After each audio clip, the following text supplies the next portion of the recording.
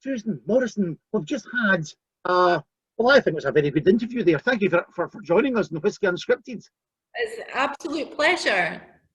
Now, is that whisky? I have a whisky to give you, but you know, this technology business means I can't pass it down to you.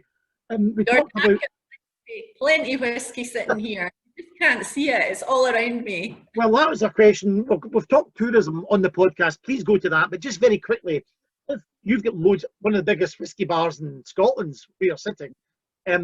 Say you had to pick 3 or 4 whiskies now, just for a little sort of pick before lunchtime. What would you reach for? I know it changes from day to day, mood to mood, but just today's mood. Well, clearly it would be a Glengoyne, would be one of them, possibly the 18-year-old. Oh, right, yes, I've got a 10 there. One whisky I really enjoyed over lockdown was the one I have in 18, was Superb Dram. Enjoyed that.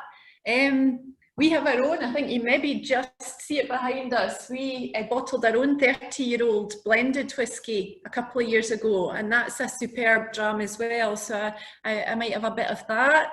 And what else at the moment? You've done Highlands with us. You've done Islay with a Bunnahabhain. There's a lovely blended malt, a blended Scotch. It's a blended Scotch. Oh, yeah. You've done a blend. So either maybe a blended malt or something from the Speyside region. Do you know, I'll pick a blended malt because I have to say Monkey Shoulder is a really great, easy drinking. I love that. It's kind of a default if I'm not quite sure what I want. Monkey Shoulder's lovely. So yeah, but they change all the time, you know.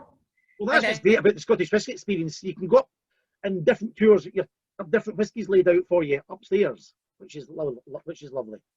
Yes, you can either, we give everybody a dram on tour, but if you do our gold tour, then you end up with a dram from each region, so you can really compare and contrast the differences.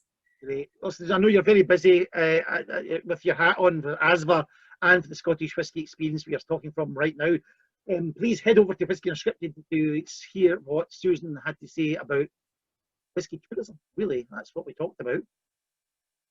Yeah. And again, away from what we talked about, if I had a golden ticket, you're not to pick Scotland, a golden ticket to go on a tour, to be a tourist anywhere, where would you go?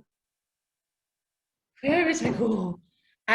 Well, do you know, I was planning this year to go to Japan, and obviously that fell through, so that's where I would go. I'd go to Japan and I'd visit some of the Japanese distilleries there while I was there.